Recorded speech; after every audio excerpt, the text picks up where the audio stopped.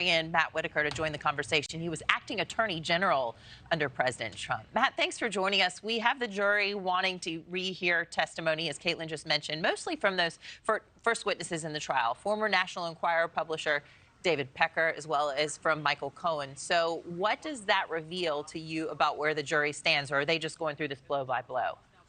Yeah, well, good morning. It's good to be with you.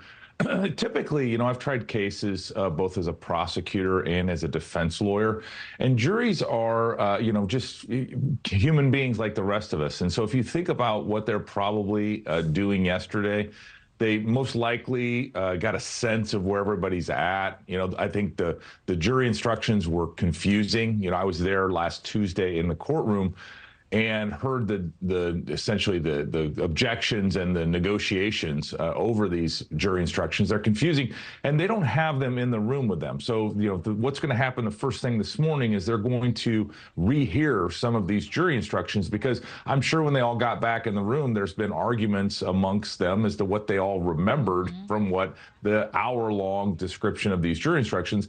And then I'm sure that they're, honing in on the in furtherance of, as the reporter was mentioning, because, remember, they have to do this kind of two-step legal analysis. They first have to say that these documents were falsified at 34, however many individual counts that is. I think it's about 32. And then they have to go into this conspiracy. And then after they go into the conspiracy, they have to determine what the object of the conspiracy was. And that's where a lot of people have been criticizing, including myself, because obviously, federal law and the U.S. Supreme Court has said you need to be unanimous on all the elements of a crime in order to convict someone. Judge Merchan has instructed quite the opposite, and I think that has a lot of us perplexed as to how you can have a crime where the jury can't agree what the crime is to have someone guilty and take away their liberty. Can you dissect that for us a little bit more? Because that is something that's setting off alarm bells for some.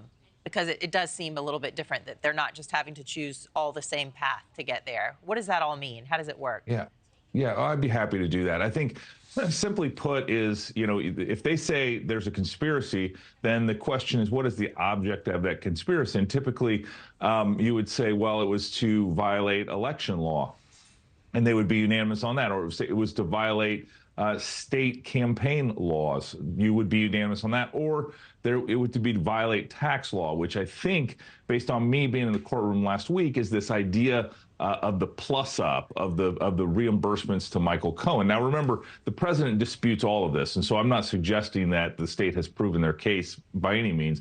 What I'm saying is that each of the individual jurors could say, well, I thought it was a tax scheme. I thought it was a federal election scheme, or I thought it was a state election scheme. And they don't have to, it could be 4-4-4 on all of those.